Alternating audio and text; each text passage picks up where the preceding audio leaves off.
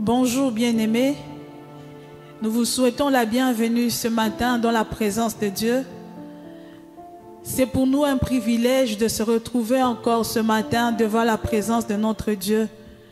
Nous ne sommes pas venus ici pour rencontrer un homme, mais nous sommes venus voir et rencontrer les grands dieux. Alléluia. Nous sommes là ce matin parce qu'il y a un Dieu qui nous a invités et qui a besoin de nous ce matin et qui veut encore écouter nos cœurs s'exprimer devant sa présence. Nous sommes en train de souhaiter la bienvenue à vous tous ceux-là qui nous suivent en ces moments à la radio, de bien-aimés qui nous suivent en ligne. De là où vous êtes, est-ce que vous pouvez juste acclamer le Seigneur encore ce matin? Est-ce que vous pouvez pousser des cris de joie à l'honneur du roi de rois ce matin?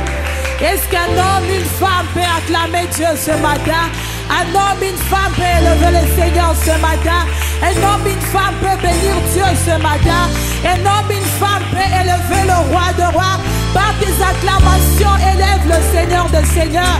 Est-ce que tu peux être debout dans la présence de Dieu ce matin? Sois debout et commence à présenter ta prière ce matin. Présente ton offrande ce matin. Dis à l'Éternel, je suis déjà là ce matin. Seigneur, rencontre-moi. Je suis venu présenter mon offrande, mon sacrifice d'action de grâce, mon sacrifice de louange, mon sacrifice de reconnaissance. Seigneur, nous sommes là ce matin. Nous sommes venus présenter notre sacrifice de reconnaissance. Nous sommes venus présenter notre sacrifice d'action de grâce. Éternel, qu'il te plaise de prendre plaisir à ces cultes, oh Dieu. Prends plaisir, Seigneur Dieu des armées, à tout ce que nous sommes venus présenter. Seigneur, prends plaisir à ces sacrifices. Agrée-les devant toi. Agrée-les devant ton trône de gloire. Agrée-les devant ton trône de puissance. Seigneur, nous te levons le roi de rois. Nous te bénissons, le Dieu de gloire, le Dieu de puissance et de force. Toi qui nous as conviés ce matin. Seigneur, nous croyons que tu as quelque chose pour nous. Merci pour ta grâce, Seigneur. Merci pour ta présence ce matin.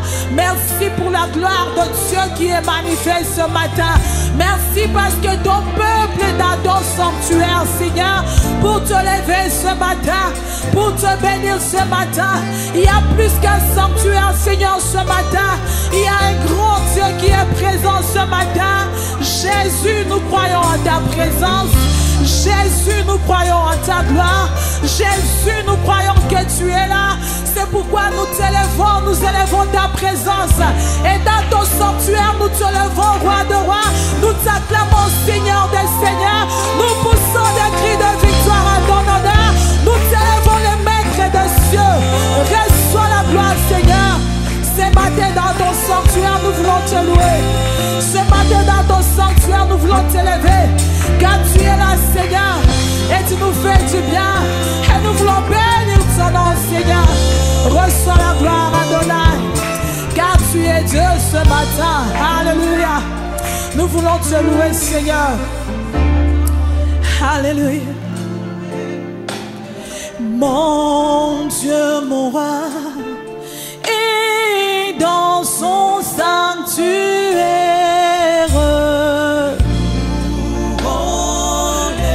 Tu peux les bénir encore ce matin. Alléluia, mon Dieu.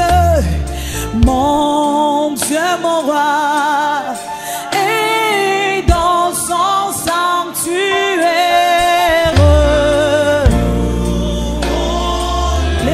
Chantez avec ton cœur ce matin. Chante encore, chante encore, mon Dieu.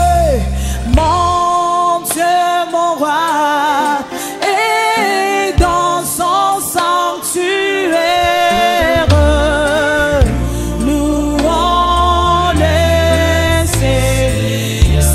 Jésus est présent en ces lieux. Alléluia. Oh, il est présent. Il écoute nos prières. Alléluia.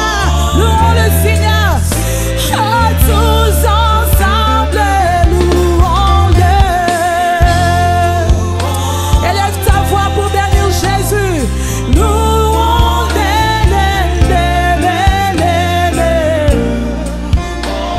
Alléluia. Avec ton voix.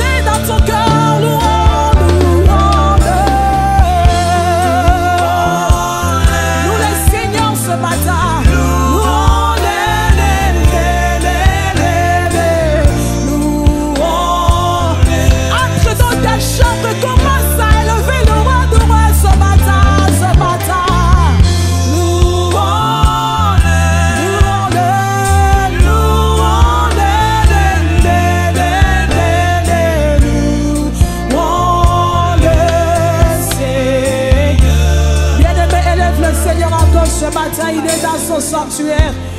Il est en train d'écouter nos prières ce matin. Il est celui qui exauce nos prières ce matin.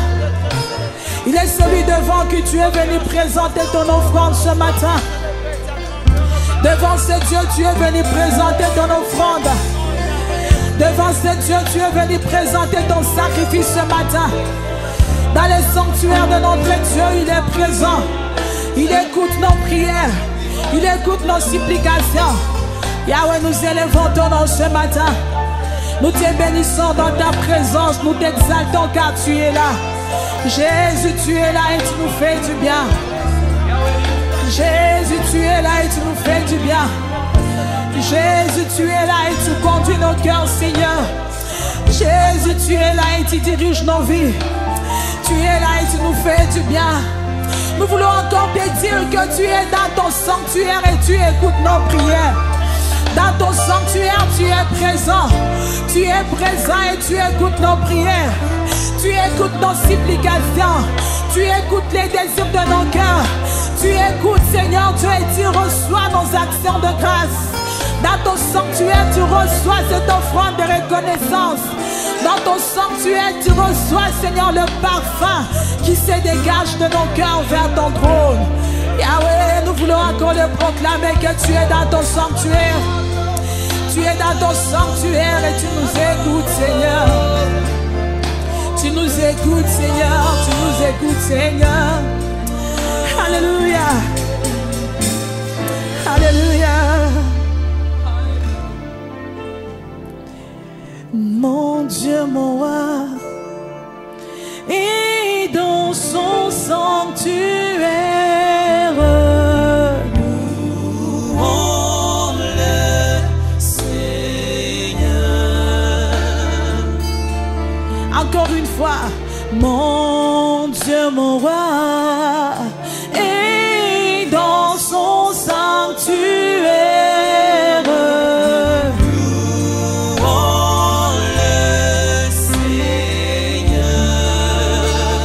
Ce matin, il est présent. Il est présent. Il exauce nos prières. Louons le Seigneur. Encore une fois, Jésus est présent. Yahweh, tu es présent. Tu exauces nos prières.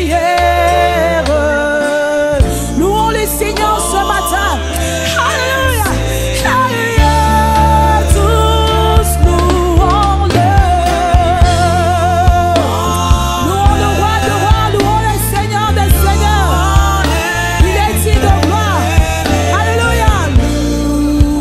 Acclame le Seigneur ce matin. Acclame ton Dieu. Tous louons-le. Acclame le Seigneur ce matin. Acclame ton Dieu ce matin. Acclame Jésus. Acclame Jésus. Acclame Jésus. Encore une fois, tous ensemble, louons-le. Loue Jésus. Loue ton Dieu ce matin. Alléluia. Loue Jésus ce matin. Louons le Seigneur. Est-ce que nous pouvons acclamer Jésus ce matin? Acclame Jésus ce matin, il est digne de gloire. Acclame Jésus ce matin. Acclame Emmanuel ce matin. Acclame Emmanuel, acclame Emmanuel. Pousse des cris de joie à l'honneur d'Emmanuel. Emmanuel est présent. Emmanuel est là. Il ouvre les écrits des cieux. Il ouvre les écrits des cieux. Il fait descendre sa pluie ce matin. Emmanuel est descendre la pluie.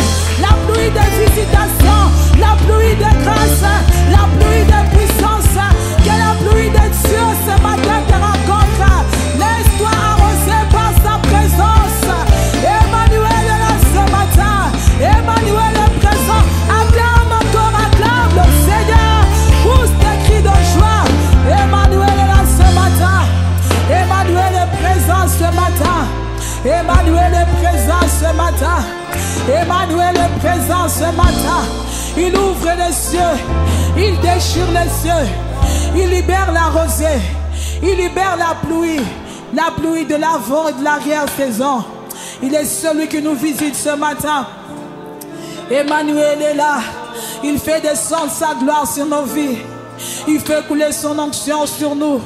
Emmanuel nous accorde la grâce. Emmanuel nous accorde la faveur. Emmanuel nous accorde la faveur ce matin.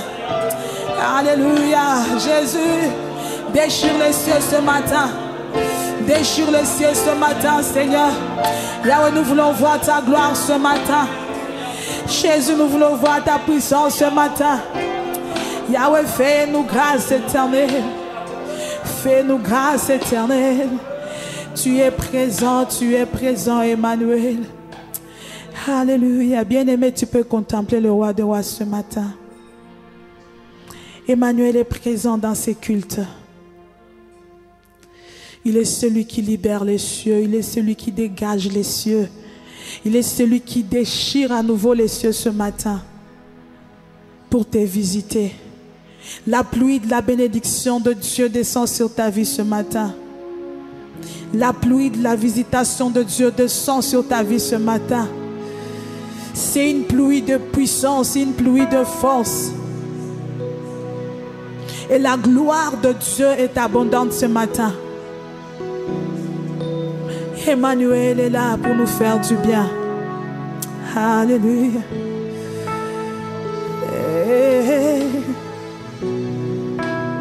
Chante encore ces cœurs avec nous. C'est un temps de visitation. Dieu veut te faire du bien. Dieu veut nous faire du bien. Il veut faire du bien à son peuple et à son église ce matin. Il veut faire du bien à ses enfants parce qu'il s'appelle Emmanuel. Le Dieu qui est présent ce matin dans ces cultes. Il est présent ce matin parmi nous pour nous faire du bien. Alléluia, reçois la gloire Emmanuel. Alléluia. Imae, fongole langalola. Alléluia. Oh, Imae, sopele langakembo. Que la gloire de Dieu t'atteigne ce matin. Imae, alléluia. Fongole langalola. Imae, oui Jésus. sopele langakembo. Nayoki posa komata. Alléluia. Yakomata la lola.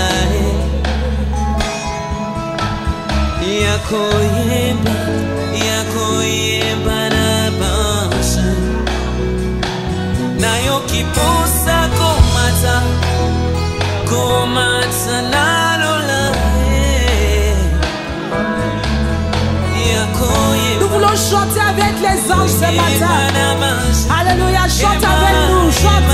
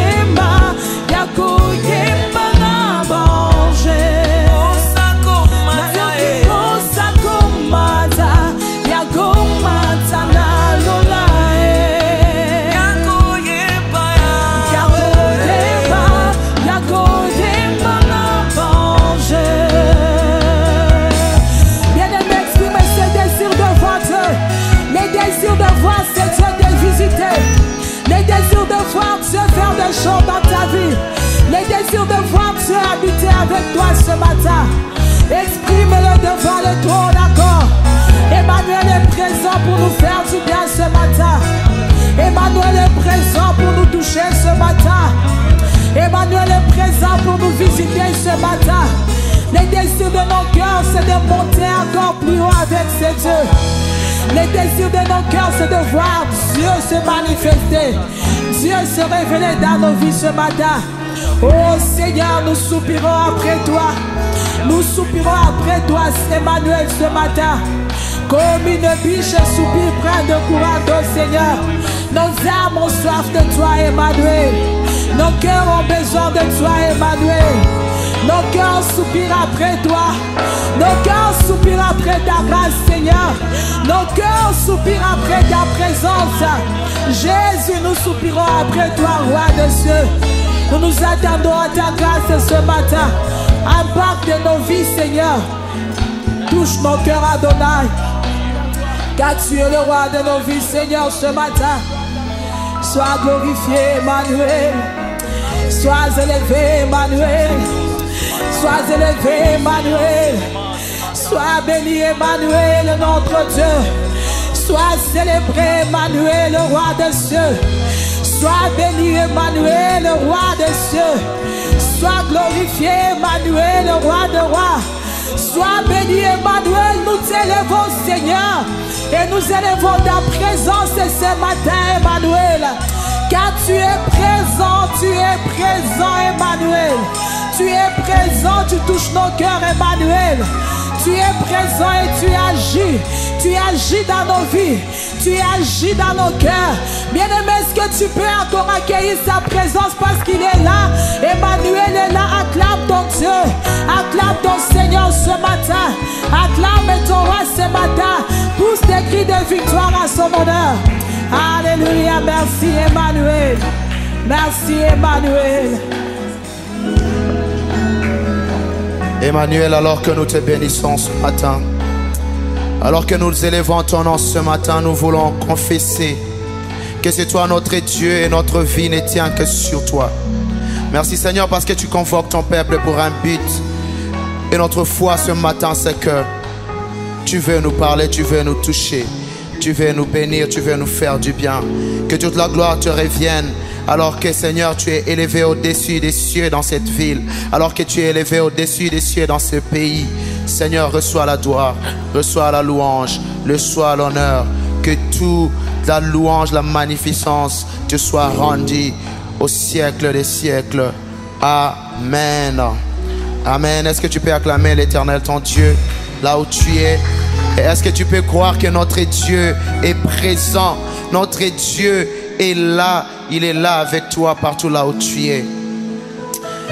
Bienvenue dans ce rendez-vous, dans ces cultes où l'Éternel a promis de nous bénir encore, où l'Éternel a promis de nous faire du bien.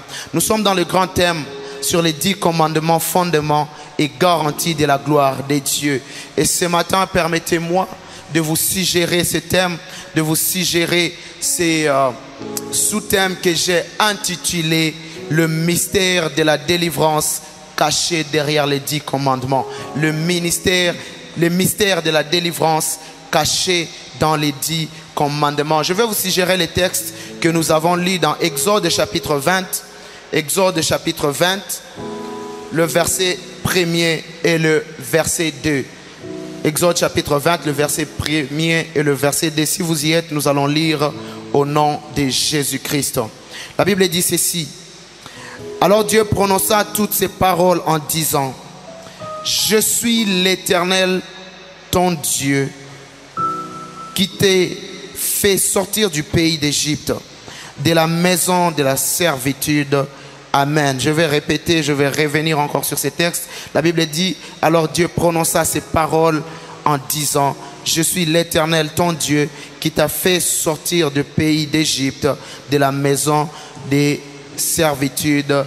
Amen. Ce matin, nous sommes en train de poursuivre 3 objectifs, où je vais les arrondir à 2. En fait, je veux nous amener, nous comme Église, à comprendre le plan de Dieu sur la libération de la servitude contenue dans les 10 commandements et qui se poursuit dans les plans du salut du monde par notre Seigneur Jésus-Christ. Deuxièmement, je veux amener l'Église à se libérer, amener l'Église à arriver à se libérer de toute forme de servitude par la mise en pratique des 10 commandements, car certaines délivrances sont déjà prévues d'avance par Dieu pour que ces délivrances arrivent dans nos vies que par le respect de certains principes. Il y a des choses pour lesquelles nous prions, et quand nous prions pour ces choses, Dieu nous ramène dans sa parole. Il dit, je ne veux même pas répondre, parce que la réponse à cette prière se trouve dans l'obéissance de certains principes que j'ai mis, que j'ai donnés dans ma parole. Et donc dans ces messages, je serai en train de parler de 3 parties principales. Donc premièrement, je vais me focaliser sur les genres ou l'audience à laquelle Dieu était en train de s'adresser quand il donnait ce texte. Et Dieu parlait à qui? Quel genre de peuple? Et cela va nous amener à comprendre c'est qui en fait le peuple d'Israël, et comprendre pourquoi Dieu devait s'adresser à ces peuples. Deuxièmement, je voulais que nous arrivions à comprendre le contexte qui a fait que Dieu fasse que les 10 commandements soient donnés au peuple d'Israël. Vous savez, pour des personnes qui sont quand même civilisées, il est facile de comprendre que ces gens ont grandi avec une certaine loi dans leur tête.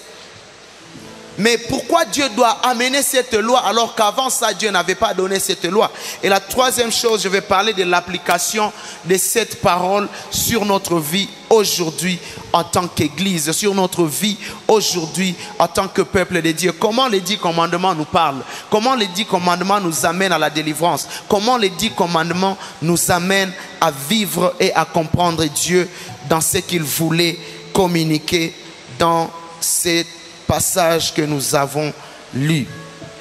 De prime abord, je voulais introduire ce message par 2 questions.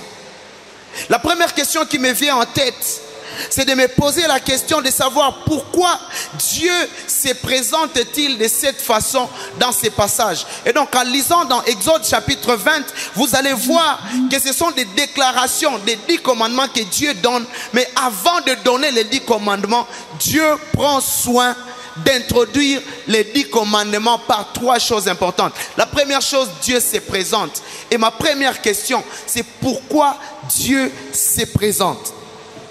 Dans Exode chapitre 20, le 2e verset, la Bible dit: je suis l'Éternel, ton Dieu, qui t'ai fait sortir du pays d'Égypte, de la main des servitudes. Pourquoi Dieu doit se présenter? Je me pose la question, s'il devait se présenter, peut-être qu'il devait dire: je suis le grand Dieu qui a créé le monde. Je suis le grand Dieu qui a créé la terre et les cieux. Je suis le grand Dieu qui a créé la pluie et les tonnerres. C'est quand même quelque chose de bien, quelque chose de prestigieux. Mais Dieu choisit de se présenter au peuple de Dieu en leur disant que je suis le Dieu, l'Éternel, ton Dieu, qui t'a sauvé, qui t'a enlevé de la servitude. Pourquoi cette présentation? Pourquoi Dieu veut montrer au peuple d'Israël qu'il les a libérés? La première chose ou la première réponse que je peux proposer dans ces messages, c'est qu'en réalité, Dieu n'a pas de problème avec le peuple d'Israël quant à ce qui concerne l'information sur la grandeur.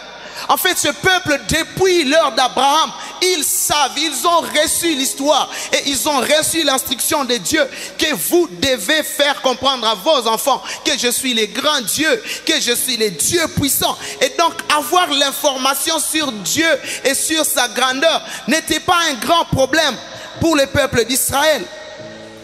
Et c'est ce qui est d'ailleurs dans le livre de Jacques chapitre 2, le verset 19, où la Bible est en train de dire: si tu crois qu'il y a un seul Dieu, tu fais bien. Les démons les croient aussi. Ils tremblent. Tout comme beaucoup d'entre nous, nous avons beaucoup d'informations sur Dieu. Nous avons beaucoup d'informations sur les choses que Dieu peut faire. Nous avons beaucoup d'informations sur la grandeur de Dieu. Mais le problème n'est pas là.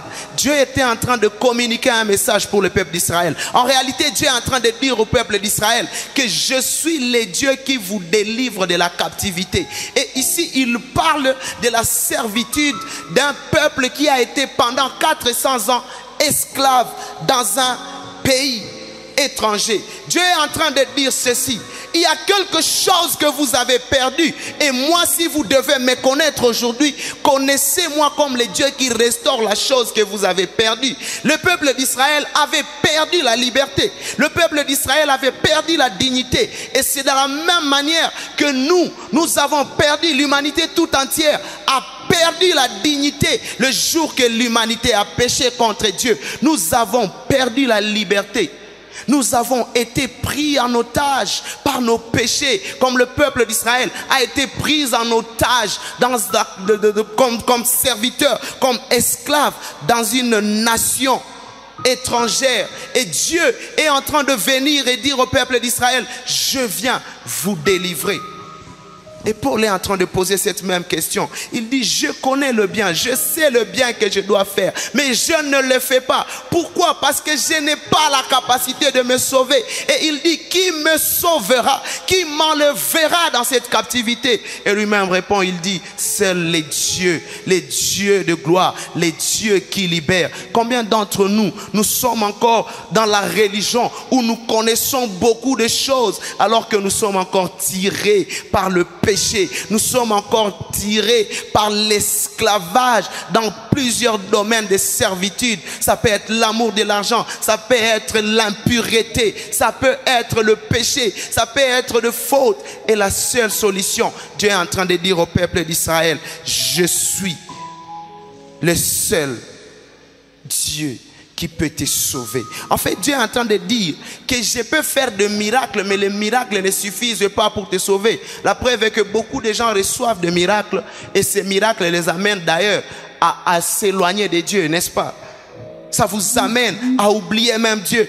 Le plus tu as d'argent, le plus que Dieu te donne un travail que toi-même tu sais que tu n'as jamais mérité. Maintenant, au lieu que ce travail t'approche de Dieu, ce travail t'approche de 10 à 15 autres copines. Alléluia. Et tu te rends compte que le miracle ne peut jamais délivrer qui que ce soit. Et Dieu est en train de dire: si il faut que tu sois délivré de toute forme de captivité, je suis le seul Dieu qui peut te libérer. Alléluia.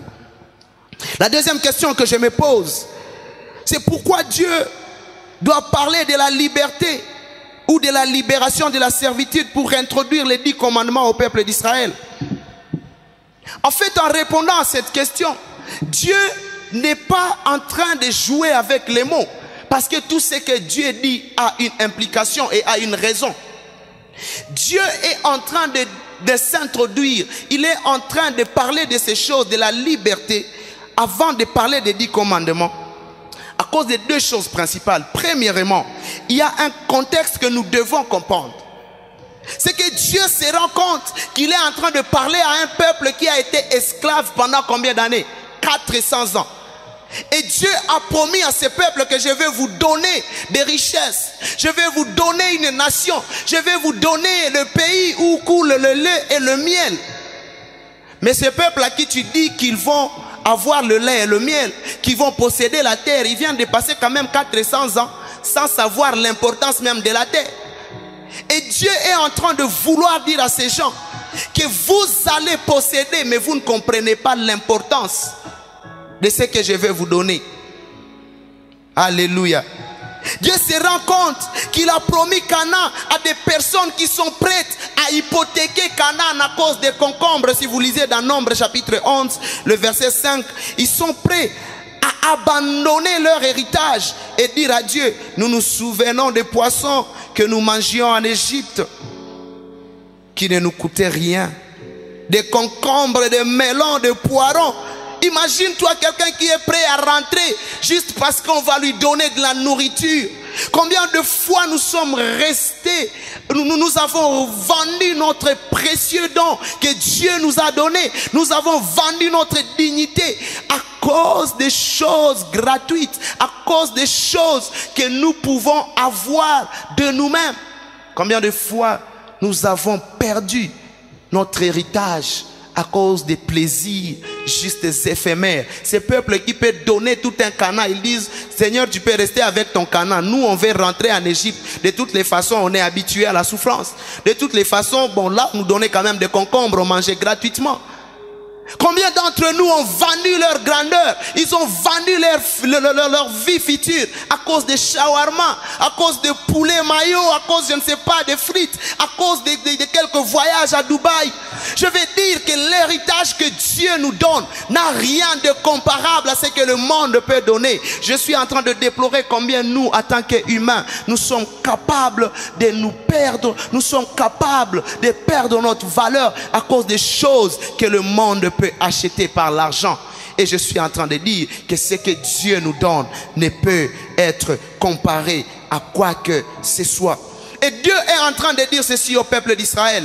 Il dit, certes, vous êtes sortis de l'Égypte, vous êtes sortis de la servitude, mais il comprend que la servitude n'est jamais sortie de la tête de ses enfants, n'est jamais sortie de la tête des Israélites. Alléluia. Et Paul est en train de nous dire cela dans Romains. Il dit, si vous voulez que la servitude sorte de votre tête, il est en train de dire, je désire que nous puissions être libérés de la vaine manière de penser. Et encore en Romains, il dit, il faut que nous soyons transformés et que notre intelligence soit renouvelée.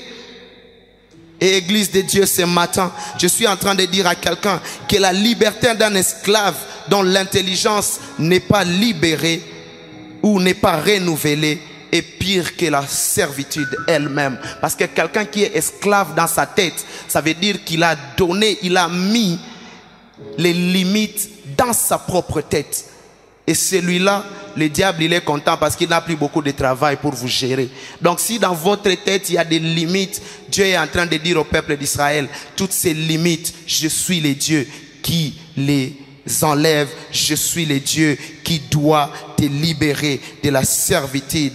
Car en ces termes, ce qui vous limite n'est pas externe, mais ce qui vous limite est en vous. Et c'est ce que le diable aime. Et Dieu est en train de dire, le diable ne doit pas contrôler vos pensées. Et la Bible est en train de dire, garde ton cœur, garde tes pensées plus que toute chose, parce que les sources de la vie commencent dans ton cœur. Église de Dieu, je suis en train de vouloir nous encourager aujourd'hui, de compter sur Dieu pour nous enlever de chaque forme de servitude, de chaque forme d'esclavage dans lequel nous sommes en train de vivre. La deuxième raison qui explique le contexte dans lequel Dieu est en train de parler de la libération, c'est que ces peuples qui ont été esclaves pendant longtemps, ils ont vécu toute leur vie sans avoir de droits.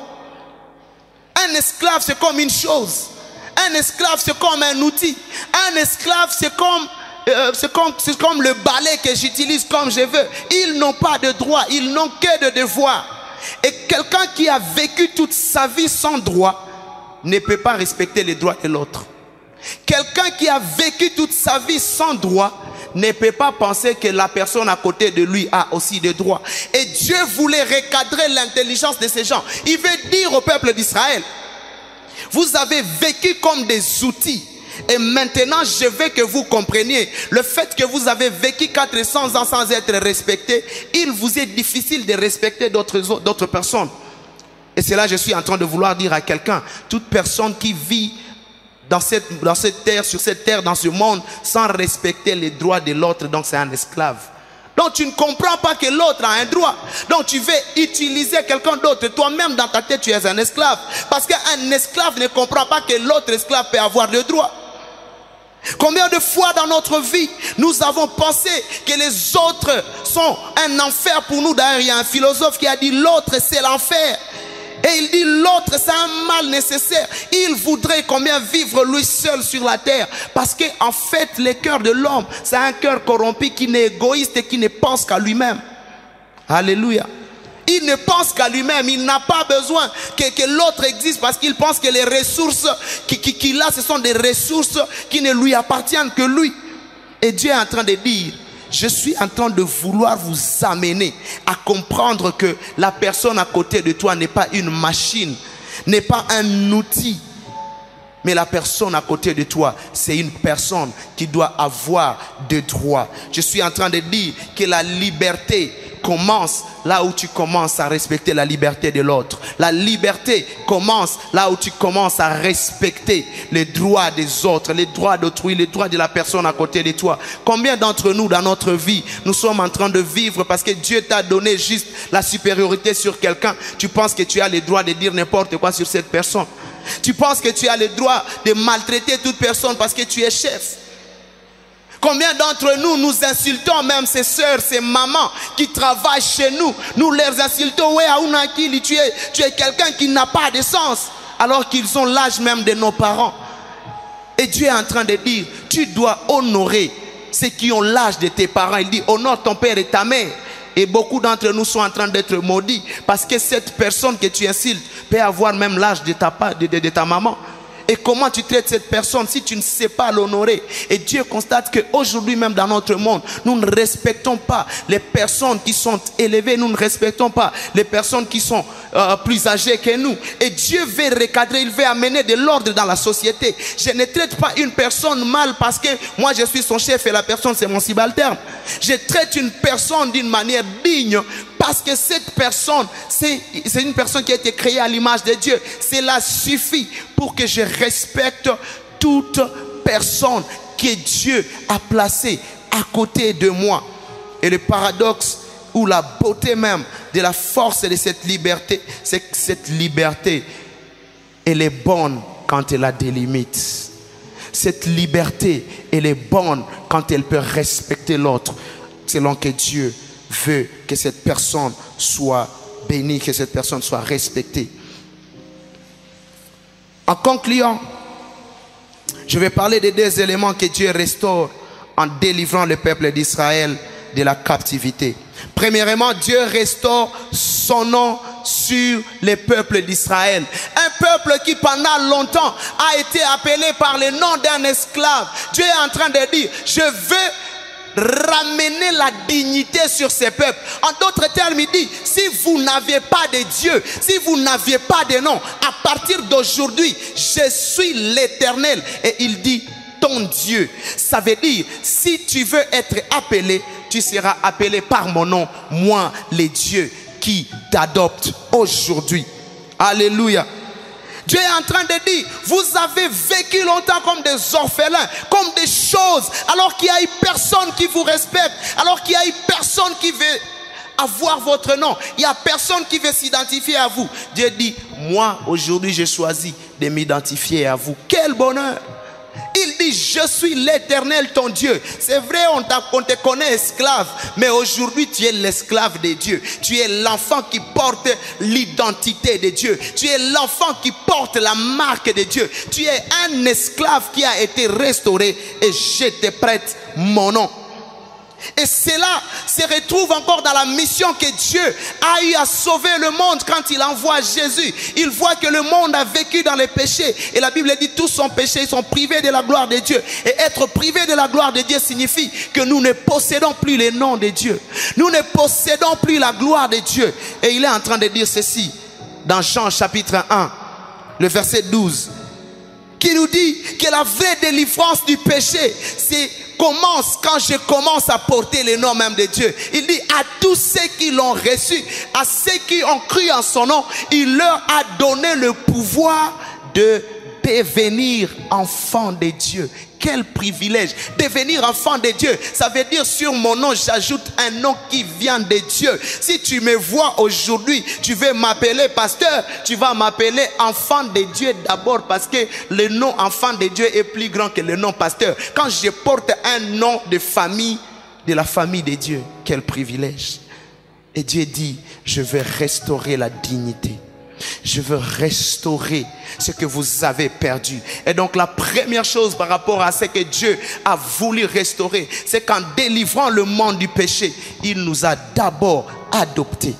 Il nous a appelés ses fils. Ce qu'il a fait pour le peuple d'Israël, c'est ce qu'il est en train de faire avec Jésus. Il dit, quand tu sauveras le monde, amène mon nom dans le monde. Apporte mon nom, parce que c'est le nom de Dieu qui contient tous les privilèges du monde. C'est le nom de Dieu qui contient toute la prospérité du monde. C'est le nom de Dieu qui peut t'amener même du monde jusqu'au ciel et tu continues à vivre éternellement, parce que Dieu dit, je suis le même aujourd'hui, hier, demain et à jamais. Il dit qu'il est Dieu et il n'a ni début ni fin. Ça fait de toi quelqu'un d'éternel. Ça fait de toi un Dieu. Alléluia. Alléluia. Deuxièmement, la délivrance que Dieu donne. Ici, pour le peuple d'Israël, il dit qu'il est le Dieu qui t'a fait sortir de la maison de servitude. Il est en train de dire ceci. Pour sortir de la maison de la servitude, tu ne peux pas te sauver toi-même. Moi, le Dieu, je suis capable de te sauver de toute forme de servitude. Je suis capable de te libérer de toutes les choses que quand même le monde regarde, ils disent qu'il n'y a pas de salut pour toi. Mais quand tu regardes Dieu, il dit, moi j'ai la capacité de te sauver, de t'enlever. Quelle est cette chose qui est difficile pour moi?